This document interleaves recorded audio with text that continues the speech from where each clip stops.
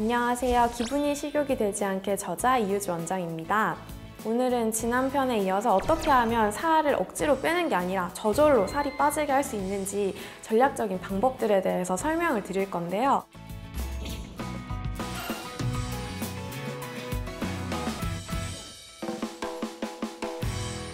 일단 제일 먼저 좀 이제 알고 계셔야 될 것들이 있는데, 우리 몸에 체지방이라고 하면은 뭐 팔뚝이나 배나 옆구리나 아니면 허벅지나 이런 데 되게 덕지덕지 붙어있는 좀 불필요한 왼수 같은, 어떻게든 제거하고 싶은 이런 느낌들을 다 떠올리시잖아요. 체지방이 근데 알고 보면은 우리 몸에 꼭 필요한 구성 요소예요. 그래서 야생동물들을 생각해보면 겨울에 체지방이 부족하면 어떻게 되겠어요? 음식이 없는 긴 겨울을 나다가 이제 아사를 할 수도 있겠죠. 그렇다 보니까 체지방은 이제 적절한 양을 몸에 가지고 있는 게 굉장히 중요해요. 또 반대로 여름에는 상대적으로 먹을 게 풍족하고 항상 음식을 먹을 수 있으니까, 그럴 때는 이제 무겁게 체지방을 몸에 가지고 있는 것보다 좀 더 가볍고 날렵하게 체지방 몸에 적게 가지고 있는 게 좋거든요. 그래서 우리 몸에 적절한 정도의 체지방의 양이라는 거는 내가 결정하는 게 아니에요. 나는 체지방을 20kg 가지고 있고 싶어, 내가 뭐 10kg 가지고 있고 싶어, 이렇게 결정하는 게 아니라 뇌에서 결정을 하거든요. 이제 우리가 체지방이라고 하고 이제 다이어트라고 하면 몸에 있는 살을 빼는 일이라고 다들 생각을 하다 보니까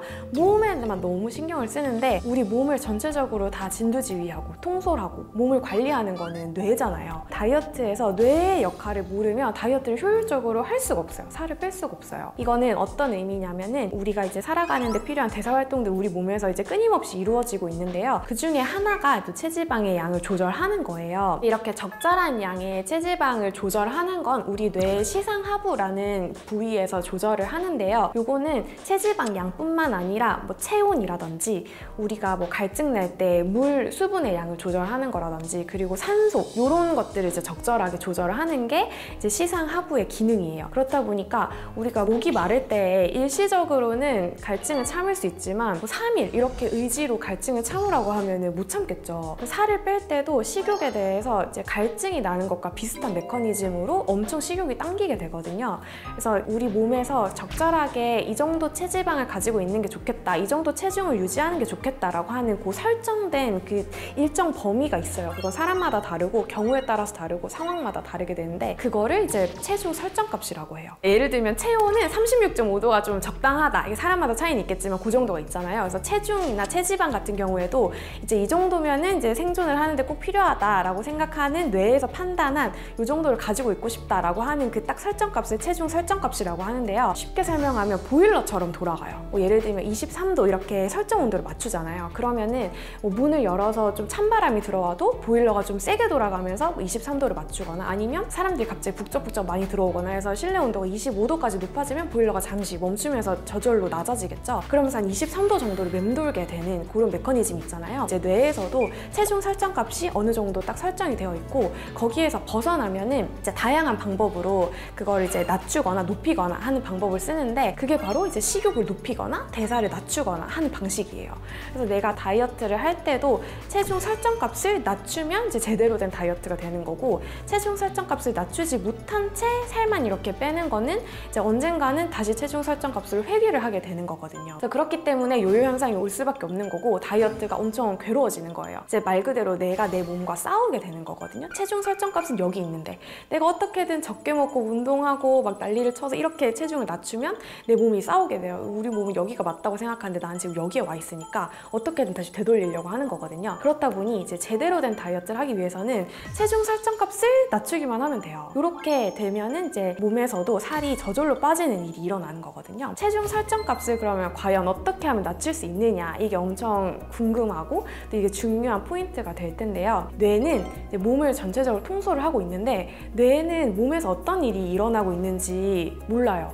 몸에서 보고를 해줘야 알거든요. 그래서 몸에서 뇌로 신호를 계속 보내고 있어요. 호르몬이라든지 뭐 이제 전기 신호라든지 효소라든지 이런 게 뇌로 전달이 되는데, 그러면 뇌는 이제 그 신호들을 다 통합을 해서 아, 몸에서 이런 일이 일어나고 있구나, 우리 몸은 이런 상황이구나, 이렇게 판단을 하거든요. 그래서 뇌의 체중 설정값을 바꾸기 위해서는 몸을 바꿔줘야 돼요. 그래서 몸을 바꾸는 방법이 이제 몸에서 발생되는 이런 호르몬들을 바꾸는 건데, 대표적으로는 스트레스를 많이 받으면 체중 설정값이 높아져요. 그래서 스트레스를 받지 않는 게 다이어트에서 엄청 중요한 일이거든요. 스트레스를 받을 때 분비되는 코르티솔이라는 호르몬이 체중 설정 값을 높이는 역할을 하게 되고요. 또 한 가지는 또 잠을 잘 자는 게 엄청 중요한 이유가 잠을 잘 때도 성장 호르몬이라든지 코르티솔이라든지 멜라토닌이라든지 이런 호르몬들이 나오는데 이게 양질의 수면을 취할 때 이제 우리 몸은 우리가 안전한 상태구나, 체중 설정 값을 좀 낮춰도 되겠구나 라는 판단을 하기 때문에 잠을 잘 자는 게 중요하고요. 운동을 하면 다이어트에 도움이 되는 이유도 칼로리를 막 태웠기 때문에 도움이 되는 요소보다도 운동을 할 때 몸에서 나오는 호르몬들이 있어요.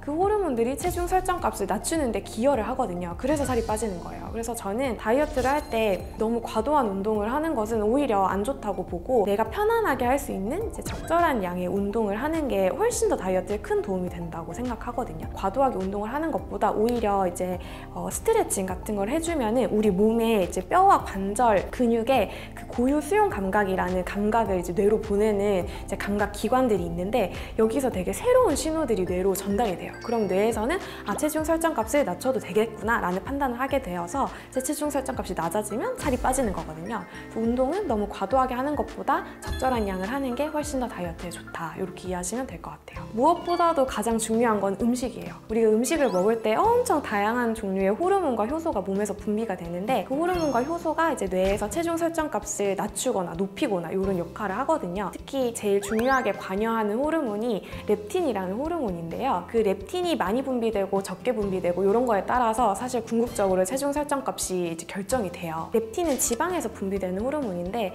지방이 많을수록 렙틴이 많이 분비돼서 연료가 빵빵하게 있다, 에너지가 충분하게 있다 라고 뇌에 알려줘요. 사실 이 기능이 제대로 작동하기만 하면 체중은 적절하게, 에너지 레벨이 적절하게 유지가 되거든요. 근데 이제 렙틴이라는 호르몬은 좀 작용이 묘한 게 일정 이상 너무 많이 분비가 되면요 갑자기 고장이 나버려요. 우리가 자동차에 주유를 하면은 얼만큼 기름이 들어가 있는지 자동차 계기판에 보이잖아요. 얼만큼 기름이 들어가 있는지 알려주는 호르몬이 렙틴이라고 생각을 하시면 돼요. 자동차에 연료가 기름이 꽉 차 있는데 갑자기 계기판에 이제 주유를 해야 된다라고 이렇게 신호가 뜨면은 주유를 해야겠다 해서 주유를 하겠죠. 근데도 그 계기판이 안 올라가고 또 주유를 또 해야 된다라고 하면 또 주유를 하겠죠. 그러다 보면은 이제 우리는 계속 끊임없이 뭔가를 먹고 싶어지고 에너지도 안 쓰고 진짜 지금 기름이 부족한가 보다, 에너지가 부족한가 보다 이렇게 생각을 하는데 실제로는 엄청 에너지가 많은 상태가 되는 거거든요. 이렇게 하다 보면 이제 살이 점점 끝도 없이 찌게 되는 거예요.